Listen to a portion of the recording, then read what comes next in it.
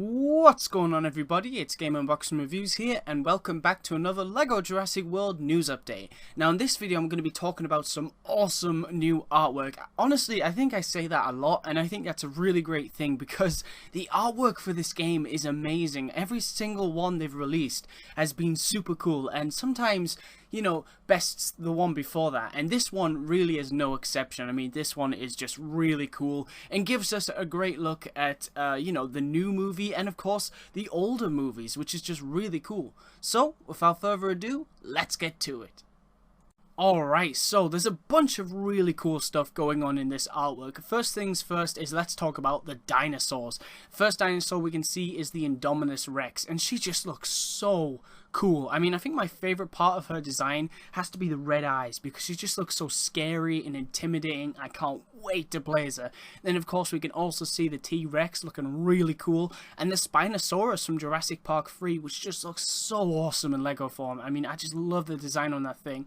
And finally, of course, we can also see the raptors. Now I'm going to be talking about the raptors in a minute, but I'll just leave that at that for now.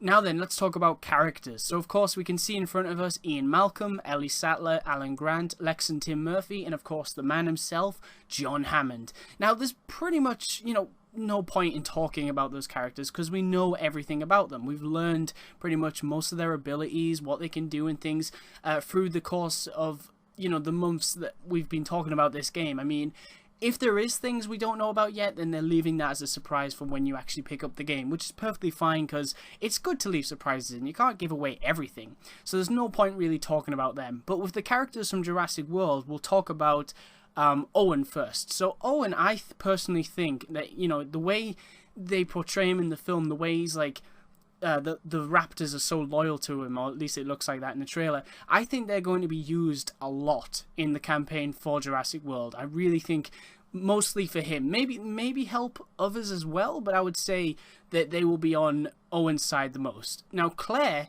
is actually holding a flare.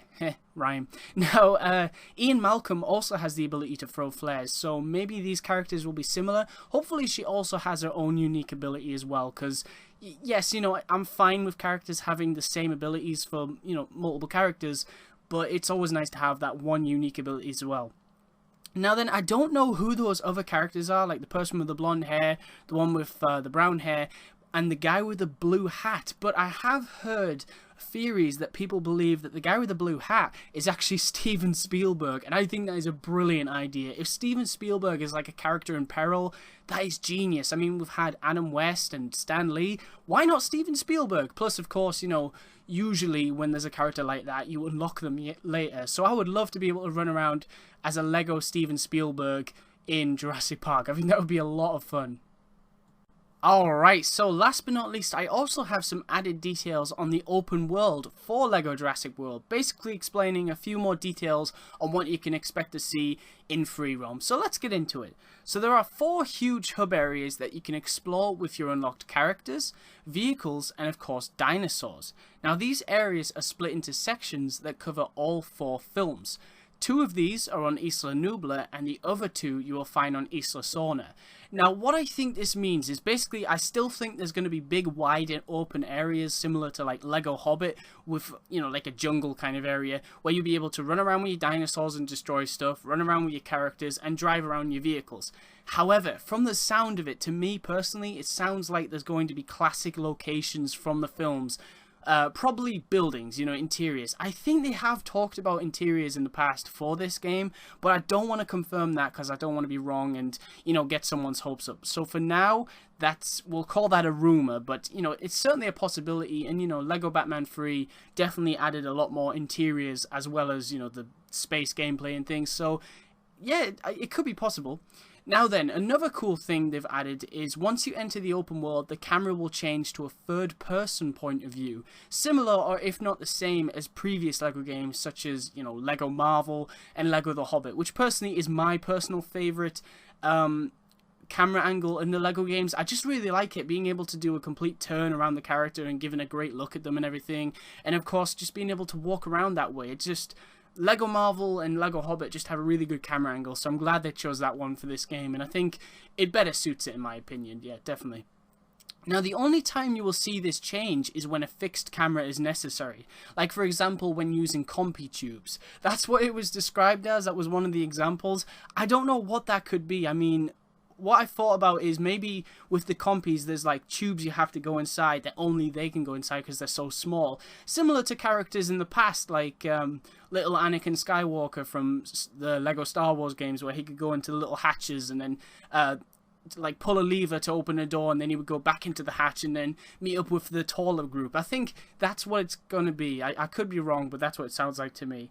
Now, the last thing I'm going to talk about is dinosaur battles. Now, of course, we know, if you didn't know, you'll be able to just pick a fight with any dinosaur you see in the open world, which is going to be a lot of fun and definitely add a lot of replay value. I mean, fighting dinosaurs, I don't think that's going to get boring. Plus, of course, you've got the customizer, so you could customize a dinosaur, put it in the park, and then I guess you could fight that dinosaur as well. Maybe you could make a custom dinosaur and then make another custom dinosaur and just have the two fight it out. I think that's going to be really cool. Now then, the added detail for this is that depending on where you are, you will definitely take on more than one dinosaur at once. Now this is really cool because they've said, you know, in free roam you can expect to see like wildlife, like rabbits and butterflies and things like that. There'll be pedestrians walking around. You know, I think that means like people who work at the park basically, and of course you'll see dinosaurs, so there'll be multiple dinosaurs that you'll be fighting at once depending on the area. I just love the sound of this, and I can't wait to finally see the open world because it just sounds really cool. You know, they're definitely improving the open worlds with every LEGO game, and this is definitely no exception. I just can't wait to finally play it.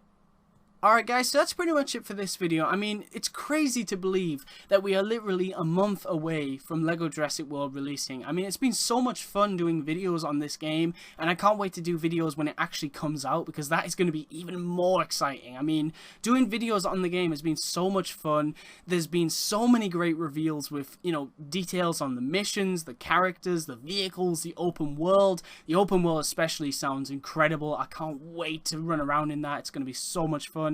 So much going for this game, and I don't think many people really know that, and that's what I like to get across. I like to show, you know, people that these games are huge. LEGO games are absolutely massive. Regardless of what people say, I think these games are huge, and I think these games really last years. I still play LEGO Marvel Superheroes today because it's still really fun. And to be honest with you, I think I'll still be playing LEGO Jurassic World in years to come because the amount of content on offer, it's hard to ignore.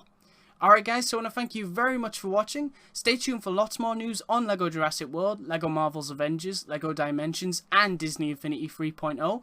And as always, please remember to like, comment, and subscribe.